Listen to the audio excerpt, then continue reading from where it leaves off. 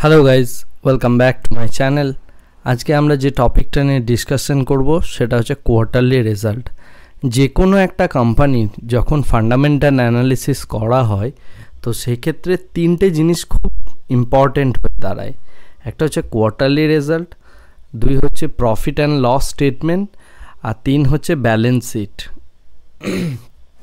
এই তিনটে জিনিসই যদি আমরা দেখি, এই তিনটে জিনিস এই কারণেই ইম্পর্টেন্ট যে কোয়ার্টারলি রেজাল্ট দেখে আমরা সবসময় জাজ করি যে কিভাবে একটা company quarter on quarter profit করছে। অর্থাৎ কোয়ার্টার বলতে যে জিনিসটা বোঝানো হয় সেটা হচ্ছে একটা বছরকে টোটাল 4টে ভাগে ভাগ করা হয়।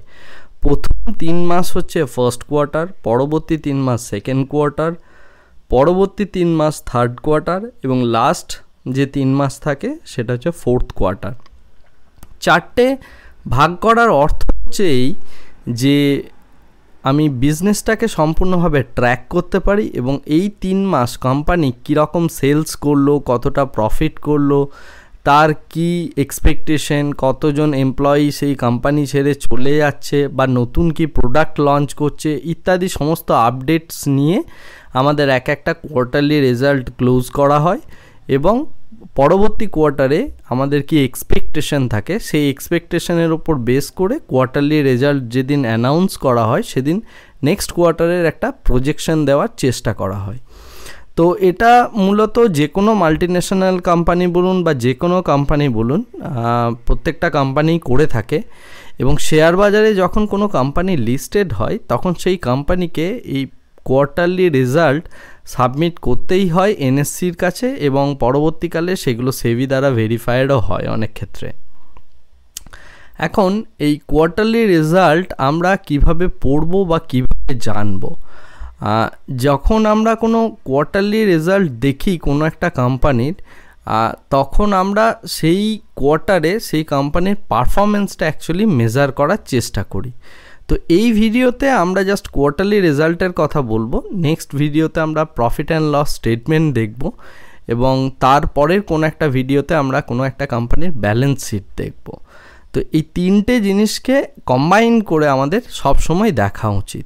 তো যাই হোক, আমি যে ওয়েবসাইটটা প্রেফার করি সেটা হচ্ছে, আপনারা অনেকেই জানেন হয়তো, সেটা হচ্ছে screener.com, যেখানে এটা সম্পূর্ণভাবে একটা ফ্রি ওয়েবসাইট এবং এই ওয়েবসাইটে আপনি যে কোনো কোম্পানির কোয়ার্টারলি রেজাল্ট অ্যানাউন্স হয়ে যাওয়ার পর তার রেজাল্টটা একটা কনসলিডেটেড ভিউতে আপনি দেখতে পাবেন। তো যাই হোক, আমরা তাহলে চলে যাই সেই screener.com-এ, যেখানে আমরা প্রথমত রেখেছি রিলায়েন্সের কোয়ার্টারলি রেজাল্ট ওপেন করে রেখেছি। এখন এই কোয়ার্টারটা আমাদের ওপেন হয়েছে মার্চ 2023। এই কোয়ার্টারটা জাস্ট রেজাল্ট বেরিয়েছে। এছাড়া আমি যদি দেখতে চাই মার্চ 2020 থেকে আমরা প্রত্যেকটা কোয়ার্টার অন কোয়ার্টার রেজাল্ট এখানে স্ক্রিনারে দেখতে পাই। যে কারণে এই ওয়েবসাইটটা আমার খুব পছন্দের সেটা হচ্ছে যে আমরা কোয়ার্টার অন কোয়ার্টার যদি অ্যানালিসিস করতে থাকি সেই অ্যানালিসিসটা আমি একটা সিঙ্গেল এই ফরম্যাটের মধ্যেই পেয়ে গিয়ে থাকি। যাই হোক, তো কোয়ার্টারলি রেজাল্ট যখন আমরা দেখি তার ফার্স্ট যে পয়েন্টটা থাকে সেটা হচ্ছে সেলস, অর্থাৎ কতটা সেল করেছে রিলায়েন্স ইন্ডাস্ট্রি এই কোয়ার্টারে, কতটা সেল করেছে এবং এই সেলটা করার পিছনে তার টোটাল কতটা এক্সপেন্সেস আছে। এক্সপেন্সেস বলতে এখানে তার এমপ্লয়ি এক্সপেন্ডিচার হতে পারে, মার্কেটিং এক্সপেন্ডিচার হতে পারে, তার মানে যাবতীয় যা কোম্পানি রান করতে খরচা, ইলেকট্রিসিটি খরচা থেকে শুরু করে সমস্ত রকম খরচাটা এই পরিমাণ সেল করার জন্য কতটা খরচা হয়েছে সেটা দেওয়া হয়। তো এই সেল মাইনাস এক্সপেন্ডিচার যদি আমরা করি তাহলে যে জিনিসটা পাবো সেটা হচ্ছে অপারেটিং প্রফিট, অর্থাৎ কতটা প্রফিট এই সেলটা থেকে আমি এক্সপেন্ডিচারটা বাদ দিলে পাচ্ছি, সেটা হচ্ছে আমার অপারেটিং প্রফিট। দেন আমরা যেটা দেখি সেটা হচ্ছে ওপিএম পার্সেন্টেজ, অর্থাৎ অপারেটিং প্রফিট মার্জিন, কতটা আমার প্রফিট বেরোচ্ছে এই সেলের রেসপেক্টে। তো সেটা আমরা এখানে নোট করে থাকি। এছাড়া কোম্পানির আদার ইনকাম কি রয়েছে সেটাও কোয়ার্টারলি রেজাল্টে মানে কোম্পানিকে জানাতে হয়। আদার ইনকাম এক্ষেত্রে অনেক কিছুই হতে পারে। কোনো একটা ল্যান্ড যদি কোম্পানি বিক্রি করে থাকে সেটা তার আদার ইনকামের মধ্যে যায়। কোনো জায়গায় কোথাও যদি কোম্পানি কাউকে ধার দিয়ে থাকে সেখান থেকে যে ইন্টারেস্টটা আসে সেটা বিজনেসের সেলসের মধ্যে ইনকাম নয়, সেটা তার আদার ইনকাম হয়ে থাকে। কোনো প্রপার্টি যদি সে রেন্টে দিয়ে থাকে সেই রেন্টাল থেকে তার যে বিজনেসটা হয় সেটা হচ্ছে আদার ইনকাম। এরকম হতে পারে যে তার কিছু পেটেন্টস আছে, সেই পেটেন্টস থেকে সে যে টাকাটা পায় সেটা হচ্ছে আদার ইনকাম, ইত্যাদি আদার ইনকাম থাকতেই পারে। থার্ড হচ্ছে ইন্টারেস্ট, কোম্পানি কতটা ইন্টারেস্ট পাচ্ছে সেই ইন্টারেস্টটা এক্ষেত্রে অ্যাড করতে হয়। এরপরে হচ্ছে তার যে অ্যাসেটগুলো আছে তার একটা ডেপ্রিসিয়েশন থেকে থাকে, সেই কারণে এটাকে বলা হয় ডেপ্রিসিয়েশন। সেই ডেপ্রিসিয়েশনের বিভিন্ন কোম্পানির বিভিন্ন রকম ক্যালকুলেশন থাকে। জেনারেলি যেগুলো মেশিন ড্রিভেন ইন্ডাস্ট্রিজ হয় তার ক্ষেত্রে 25% করে প্রত্যেকটা মেশিনের ডেপ্রিসিয়েশন ক্যালকুলেট করা হয়। এক্ষেত্রে রিলায়েন্স ইন্ডাস্ট্রির একটা ডেপ্রিসিয়েশন থাকবে, কারণ এর অয়েল, ন্যাচারাল গ্যাস ইত্যাদি যে বিজনেসগুলো হয় সেগুলো মেশিন ড্রিভেন বিজনেস। আচ্ছা, তো এই সমস্ত জিনিসগুলো যদি আমি বাদ দিই তাহলে পরে আমার যে জিনিসটা পড়ে থাকে সেটা হচ্ছে প্রফিট বিফোর ট্যাক্স, অর্থাৎ পিবিটি বলা হয় এটাকে, প্রফিট বিফোর ট্যাক্স। অর্থাৎ ট্যাক্স দেওয়ার আগে আমার টোটাল এখানে এই সমস্ত ডেপ্রিসিয়েশন, কোম্পানি যে লোন যদি নিয়ে থাকে তার যে ইন্টারেস্টটা, সেই ইন্টারেস্ট ইত্যাদি বিভিন্ন রকম যে আমার এক্সপেন্ডিচার আছে সেগুলো যদি বাদ দিয়ে থাকি তাহলে যেটা পাচ্ছি সেটা হচ্ছে প্রফিট বিফোর ট্যাক্স। এখান থেকে যদি আমি ট্যাক্সটাকে বাদ দিয়ে থাকি, ট্যাক্স জেনারেলি হয় ইন্ডিয়ার রেসপেক্টে 29%, 30%, বিভিন্ন রকমভাবে ভ্যারি করে তার প্রোডাক্টের ওপর বা তার সেলসের ওপর। তো এই ট্যাক্সটাকে যদি আমি বাদ দিই তারপরে যেটা থাকে সেটাকে বলা হয় নেট প্রফিট বা প্রফিট আফটার ট্যাক্স, অর্থাৎ প্যাট। এটাকে বলা হয় প্রফিট আফটার ট্যাক্স। আমরা জেনারেলি লক্ষ্য করব প্রফিট আফটার ট্যাক্সের দিকে যদি আমরা কোনো কোম্পানির গ্রোথের কথা ভাবি। আর সবথেকে ইম্পর্টেন্ট জিনিস হচ্ছে এই আদার ইনকাম। এই আদার ইনকামটার ওপর ভ্যারি করে মার্কেটে অনেক কিছুই মানে ঘাপলা করে থাকে বিভিন্ন কোম্পানি। কিভাবে সেটা করে সেটা নিয়ে আমি পরে কোথাও একটা ডিসকাশন করব। তো যাই হোক, আজকে যে ডিসকাশনটার মানে মেন উদ্দেশ্য সেটা হচ্ছে আমি কোয়ার্টার অন কোয়ার্টার অ্যানালিসিসটা কিভাবে করি। তো প্রথমত আমি যেটা দেখি জেনারেলি কোয়ার্টার অন কোয়ার্টার কোনো কোম্পানির সেলসের কোনো গ্রোথ হচ্ছে কি না, সেই সেলসের গ্রোথগুলোকে রিপোর্ট করায়। আমরা এখানে জুন 2020 যে কোয়ার্টারটা দেখবেন এর প্রত্যেকটা রিপোর্টই কিন্তু বাজে আছে, বিকজ এটা কোভিড এফেক্টেড একটা কোয়ার্টার হিসাবে ধরা হয়, যে কারণে এই কোয়ার্টারে আপনি দেখতে পারেন এই নাম্বার প্রচুর ড্রপ করেছে এবং পরবর্তীকালে এই নাম্বারগুলো আস্তে আস্তে এক্সপ্যান্ড করছে আফটার মানে পোস্ট কোভিড সেইভাবে এক্সপ্যান্ড করেছে। আপনি সেই জিনিসটা সম্পূর্ণভাবে কোয়ার্টারলি রেজাল্টে দেখতে পাবেন যখন এই নাম্বারগুলোর দিকে যদি আপনি খেয়াল রাখেন।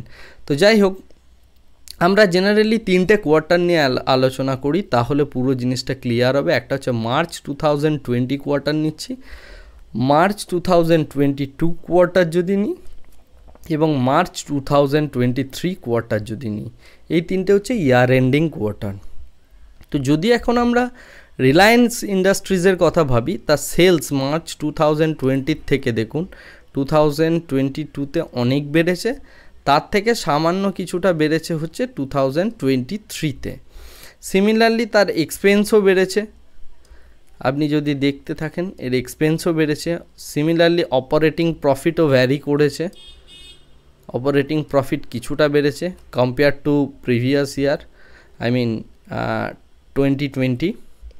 এখন যদি আমি দেখি প্রফিট বিফোর ট্যাক্স যদি আপনি দেখেন তাহলে আপনি দেখতে পাবেন বেশ ভালো পরিমাণ একটা গ্রোথ আমি দেখতে পাচ্ছি এইখানে।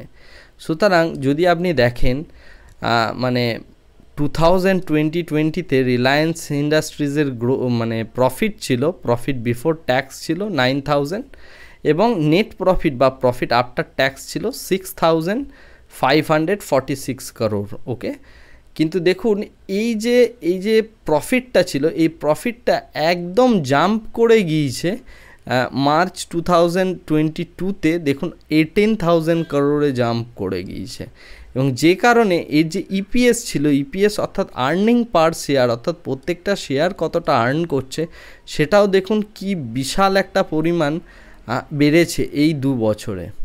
মানে এর মাঝে আমি 2021টাকেও আপনি কনসিডারেশনে আনতে পারেন, যে এটাকে প্রথমে 9 ছিল, সেখান থেকে এসছে 20, সেখান থেকে গিয়েছে 23, এখন হচ্ছে 28। অর্থাৎ রিলায়েন্স ইন্ডাস্ট্রি কিন্তু যদি আপনি দেখেন 1 বছরের গ্যাপে যদি দেখেন, কোম্পানি কিন্তু তার ইপিএস কিন্তু কন্টিনিউয়াসলি বাড়িয়ে যাচ্ছে। অর্থাৎ এক্ষেত্রে রিলায়েন্সের কিন্তু ভালো একটা গ্রোথ স্টোরি কিন্তু আমরা এখান থেকে কোয়ার্টারলি রেজাল্ট থেকে ডিরাইভ করতে পারি। এটা একটা গেল রিলায়েন্স ইন্ডাস্ট্রিজের কথা। সিমিলারলি আমরা যদি যাই, আমরা এখানে যদি ইনফোসিসের কথা ভাবি, তো আমি এখানে ইনফোসিসেরটাও ওপেন করে রেখেছি।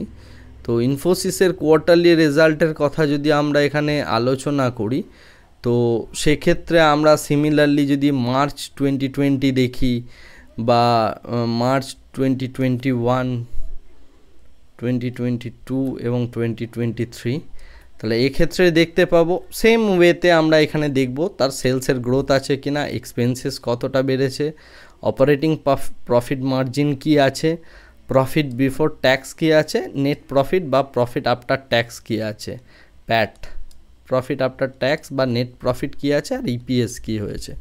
তো এই কয়েকটা জিনিস বস্তুত আপনি যদি দেখেন, তাহলে আপনি মোটামুটি একটা কোয়ার্টারলি রেজাল্ট সম্পর্কে সম্যক ধারণা আপনি পাবেন। এছাড়াও আপনাদের প্রত্যেককেই মানে আদার ইনকাম, ইন্টারেস্ট এবং ডেপ্রিসিয়েশন, এই 3টে জিনিসের দিকেও নজর দেওয়া উচিত। এইগুলো প্রত্যেকটাই হচ্ছে খুব ইম্পর্ট্যান্ট ফ্যাক্টর, যে ফ্যাক্টরগুলোর উপর বেস করে আপনি বুঝতে পারবেন কোম্পানি আদৌ গ্রো করছে নাকি করছে না। আমি একটা ছোট্ট এক্সাম্পল দিই।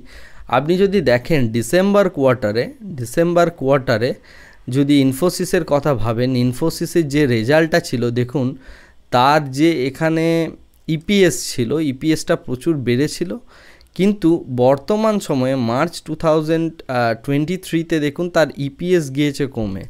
ইপিএস যদি 1 টাকা ড্রপ করেছে, যেহেতু 1 টাকা ড্রপ করেছে, সেই কারণে এই কোয়ার্টারলি রেজাল্ট অ্যানাউন্স হওয়ার পর আমরা দেখতে পেয়েছি ইনফোসিসের শেয়ার 10% অবধি ফল করেছে।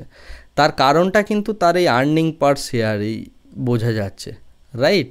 তো সেই কারণে কোয়ার্টারলি রেজাল্টকে সবসময় ট্র্যাক করা উচিত। যদি কোনো কোম্পানির ম্যাসিভ কোনো চেঞ্জেস হয়, কোয়ার্টার অন কোয়ার্টার যদি কোনো ম্যাসিভ চেঞ্জেস হয়, তার প্রভাব কিন্তু তার শেয়ার প্রাইসের ওপর পড়বে। তো এখন আপনি হয়তো বুঝতে পারছেন যে এই ইপিএসের গুরুত্বটা কি। যখন আমি আর্নিং পার শেয়ার প্রথমে অ্যানালিসিস করেছিলাম আমার এই ফান্ডামেন্টাল সিরিজে, তখন আমি এই জিনিসগুলো নিয়ে প্রত্যেকটা নিয়ে ডিসকাশন করেছি। এখন আমি যত ডিপ যাব, তত আপনারা প্রত্যেকটা ফান্ডামেন্টাল অ্যানালিসিসের যে প্যারামিটারগুলো আছে সেগুলোর প্রত্যেকটার গুরুত্ব বুঝতে পারবেন। এখন আপনি আশা করি বুঝতে পারছেন যে কোয়ার্টারলি রেজাল্ট কেন এত ইম্পর্ট্যান্ট এবং কোয়ার্টারলি রেজাল্ট কেন এত ম্যাটার করে। এবং প্রত্যেকটা ইনভেস্টার, আপনি যদি কোনো শেয়ারের ইনভেস্টার হয়ে থাকেন, তাহলে আপনি অবশ্যই সেই শেয়ারের কোয়ার্টার অন কোয়ার্টার কী ঘটছে সেই জিনিসটার দিকে সবসময় নজর রাখবেন। সেই নজর রাখলেই আপনি বুঝতে পারবেন তার শেয়ারটা বাড়তে পারে নাকি কমতে পারে, বা কেন পড়লো। যদি এই জাতীয় ফাইন্যান্সিয়াল প্যারামিটার কন্টিনিউয়াসলি চেঞ্জ হতে থাকে, তাহলে সেক্ষেত্রে কোম্পানির যে শেয়ার প্রাইস আছে সেই শেয়ার প্রাইসের ওপরেও এর প্রভাব পড়ে, এবং মানে সেই কোম্পানির শেয়ার প্রাইসে যদি প্রভাব পড়ে, তাহলে আপনার ইনভেস্টমেন্ট কিন্তু ক্ষতিগ্রস্ত হবে। এই জাতীয় সম্যক ধারণা না নিয়ে একদমই ইনভেস্টমেন্ট করবেন না। যে সমস্ত শেয়ারগুলোতে আপনি ইনভেস্ট করছেন, সেই শেয়ারগুলোর প্রত্যেকটার কোয়ার্টার অন কোয়ার্টার মানে রেজাল্ট আপনি কিন্তু চেক করবেন। এখন আমি যে কথাটা আগে বলছিলাম যে এই আদার ইনকাম কিভাবে ম্যাটার করে, সেই জিনিসটা নিয়ে কিভাবে ম্যানুপুলেশন করে বিভিন্ন মানে যে কোম্পানি আছে, তারা এই আদার ইনকামকে নিয়ে বিভৎসভাবে মানে ম্যানুপুলেশন করে। কিভাবে করে? তারা করে কি, তাদের নিজেদের যে শেয়ার আছে সেই শেয়ারটাকে করে দেয় প্লেজ করে দেয়, কোনো না কোনো ব্যাংকের কাছে বন্ধক দিয়ে দেয়। বন্ধক দিয়ে দেওয়ার ফলে কি হয়, তার হাতে একটা বিপুল পরিমাণ টাকা চলে আসে। সেই টাকাটাকে তারা এই আদার ইনকামের মধ্যে দেখিয়ে দেয়, এবং দেখিয়ে দিয়ে তারা এইখানে তার প্রফিট বিফোর ট্যাক্সটাকে দেয় বাড়িয়ে, প্রফিট বিফোর ট্যাক্সটাকে যখনই বাড়িয়ে দেয় তারপরে সে তার নেট প্রফিটটাকেও দেয় বাড়িয়ে। তো নেট প্রফিটও যদি বাড়িয়ে দেয় সেক্ষেত্রে তার ইপিএসটাও যাবে বেড়ে। তো এই জাতীয় ব্লাফ থেকে বাঁচার জন্য আপনি অবশ্যই আদার ইনকাম প্যারামিটারটা অবশ্যই দেখবেন। আর ইন্টারেস্ট পোর্শনটা দেখা এই কারণেই ইম্পর্টেন্ট যে কোম্পানি কিভাবে তার নিজের মানে কোনো যদি সে লোন নিয়ে থাকে তাহলে সে কিভাবে তার ইন্টারেস্ট পরিমাণ তার ঘাড়ে চাপছে। দেখুন আমরা যদি দেখি 2020-তে মানে ইনফোসিসের ক্ষেত্রে 45 করোড় ছিল তার টোটাল ইন্টারেস্ট পেমেন্ট, রাইট? কিন্তু বর্তমান দিনে দেখুন এর কিন্তু ইন্টারেস্ট পেমেন্ট গিয়ে দাঁড়িয়েছে 82 করোড়। তো এটা কিন্তু কনস্ট্যান্টলি বাড়তে থাকছে। এটা যদি কনস্ট্যান্টলি বাড়তে থাকে সেটা কোম্পানির জন্য মূলত খুব একটা ভালো দিক নয়। তো এই জিনিসগুলো আরও ডিটেলসে জানার জন্য আমাদেরকে ব্যালেন্স শিট পড়তে হবে এবং প্রফিট অ্যান্ড লস স্টেটমেন্ট পড়তে হবে। এই দুটো টপিক নিয়ে আমি আসবো আমার নেক্সট আর একটা ভিডিওতে, যে ভিডিওতে আমি এই জিনিসগুলো নিয়ে ডিসকাশন করব। এখন দেখুন এই যে আদার ইনকাম যেটা বলছিলাম, এই যেভাবে কোম্পানি ম্যানুপুলেশন করে সেই কারণে দেখুন এই আদার ইনকামের পাশে একটা প্লাস সাইন দেওয়া আছে। আপনি যদি screener.com ফলো করেন তাহলে আপনি এখানটায় যদি একটা ক্লিক করেন তাহলে দেখতে পাবেন যে এই আদার ইনকামটা এলো কোত্থেকে, অর্থাৎ কিভাবে হলো। এই যেটা আমি বলছিলাম যে কিছু মানে আদার ইনকামটা আসছে কোত্থেকে সেই জিনিসটা কিন্তু আপনি এখানে দেখতে পাবেন, যদিও এখানে ডিটেলসে কিছু বলা নেই। সুতরাং আমাকে কোয়ার্টারলি রেজাল্টটা ইন ডিটেলস পড়তে হবে। অর্থাৎ এখানে দেখুন র পিডিএফ যেটা আছে এটা যদি আপনি খোলেন তাহলে আপনি এখানে ইনফোসিসের টোটাল ডিটেলসটা পাবেন যে কিভাবে এরা মানে বোর্ড মিটিং করেছে বা সেই বোর্ড মিটিংয়ের কি আউটকাম এসছে, তাদের কিভাবে রেজাল্ট এসছে, এই যে আদার ইনকামটা এসছে সেই রেভিনিউর সোর্সটা কি। তো এবং দেখুন এরা ডেলয়েটকে দিয়ে এই পুরো রিপোর্ট যেটা তারা কোয়ার্টারলি রেজাল্ট করেছে তার একটা অডিটও করিয়েছে। ভালো কোম্পানির এইগুলোই হচ্ছে গুণ যে আপনি সমস্ত কিছু ট্রান্সপারেন্টলি দেখতে পাবেন। আদার কোনো কোম্পানিকে দিয়ে সে ভেরিফাই করাবে, যদিও এই সমস্ত রিপোর্টগুলো অনেকটাই রোজি পিকচার দেওয়ার চেষ্টা করে। অনেক কোম্পানি আছে যারা রোজি পিকচার একটা দেওয়ার চেষ্টা করে ইনভেস্টারদেরকে, মানে সঠিক ইনফরমেশন অনেকেই জানায় না। বাট আপনি যদি খুব ডিটেলসে এই রিপোর্টগুলো পড়েন, পরবর্তীকালে আমি দেখাবো যে কিভাবে মানে শুধুমাত্র কোয়ার্টারলি রেজাল্ট নয় ব্যালেন্স শিট পড়তে হয়। তো ব্যালেন্স শিট যখন আমরা পড়ব তখন আমরা জানতে পারবো যে কিভাবে এই জিনিসগুলো হচ্ছে এবং একটার পর একটা মানে কাজ করে। তো আপনি যদি দেখেন এখানে যেটা আমি বলছিলাম যে তার প্রফিট কিভাবে ভ্যারি করে, মানে প্রত্যেকটা জিনিসের এখানে ডিটেলস ইনফরমেশন থাকে। আপনি যদি খুব সুপারফিশিয়ালি একটা অ্যানালিসিস করতে চান অত ডিপ নলেজ না রেখে তাহলে আপনি screener.com দেখতে পারেন। বাট যদি আপনি ডিটেলসে পড়তে চান তাহলে আপনাকে অবশ্যই এই মানে ওয়েবসাইটের মধ্যে গিয়ে তার পিডিএফ ডাউনলোড করে প্রত্যেকটা ইনফরমেশনকে আপনার এখানে পড়া উচিত। এগুলো পড়লেই আপনি বুঝতে পারবেন কোন কোম্পানি ব্লাফ করছে, কোন কোম্পানির মানে রেজাল্ট কতটা খারাপ আসছে। এবছর অনেকেরই মানে চিন্তাভাবনা ছিল যে মানে অনেকেই বুঝতে পারছিলেন না যে ইনফোসিসের শেয়ার কী করে 10% পড়ে গেল, একটা সার্কিট লোয়ার সার্কিট রিচ করে গেল ইত্যাদি ইত্যাদি। বাট সেটা খুবই প্রমিনেন্ট যদি আপনি তার কোয়ার্টারলি রেজাল্ট দেখেন এবং তার মানে কমেন্ট্রি শোনেন কোয়ার্টারলি রেজাল্টের। তো সেই কারণে এই জাতীয় ঘটনা মানে কনস্ট্যান্টলি ঘটতেই থাকে। যদি কোয়ার্টারলি রেজাল্ট খুব ভালো হয় তাহলে সেক্ষেত্রে শেয়ার প্রাইস খুব ভালোভাবে বাড়ে, যদি কোয়ার্টারলি রেজাল্ট খারাপ হয় শেয়ার প্রাইস পড়তেই পারে।